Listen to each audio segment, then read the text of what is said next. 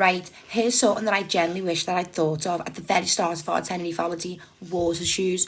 If you've been following my Tenerife vlogs, you'll know that I've got a weird fear about getting into the sea. It's not even necessarily the water itself, I realise. It's the fact that I can't always see or feel what I'm standing on or what's going around my feet.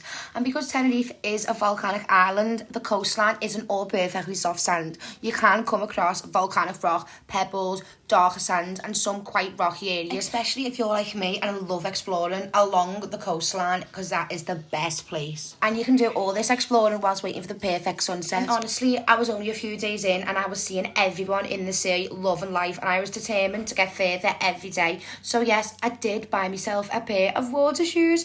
Honestly, it was just for that bit of extra security, I think so. Now, I didn't actually properly get into the sea on this day, but I was building myself up to that. I hadn't actually bought my water shoes just yet. Wasted days of practice because I wish I'd have bought them from day one. Anyway, we were exploring along the Playa de las Américas beachfront. When we were here in May with the kids, we found this place and it's somewhere that we will forever go back to. We loved it. Last time we found a crab big enough to chase us off these rocks. They are massive over here, and in the dark, if you are brave enough to come down here, all you will hear is the legs running. And not only is this bit perfect for seeing a little tiny bit of the sea life and what goes on in the water, like the animals are really to the surface and washed up against these rocks, the water is see-through, which makes it a little bit easier for a beginner like me, because I can just edge myself in and can see where I'm going. Although it can be a little bit more trickier if you have a toddler who moans every 5 seconds at the sand being his feet. And I am here to learn and share the questions that you'd be asking.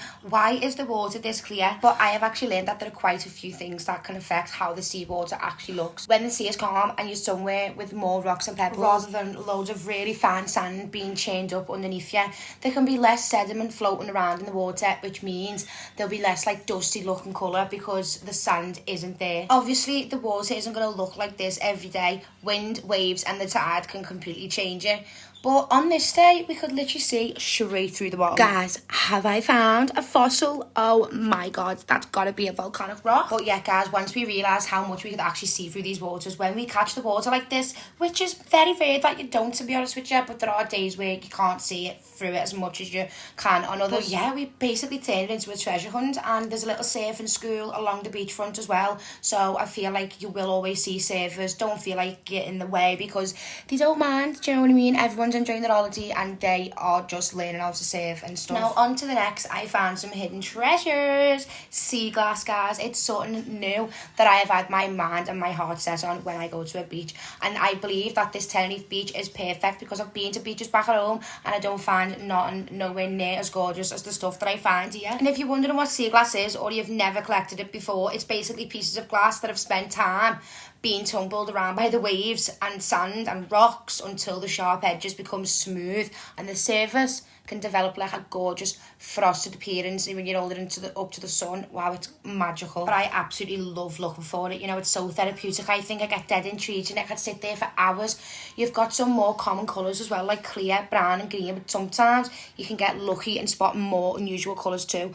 Or a glass bottle that's been in there for so long and then the markings on it can tell you how long, like what year that bottle was actually for. And it's just dead interesting. Obviously it'll be rounded off and like being like a little circle or something because it's been in there for years. And do not underestimate sea salt water. But yeah, guys, when the water is clear, you're constantly looking down thinking you've spotted another little treasure, and I just absolutely love it. If you are exploring rocky part of Tenerife's like coastline, you can also keep your eyes open for like little fish, crabs.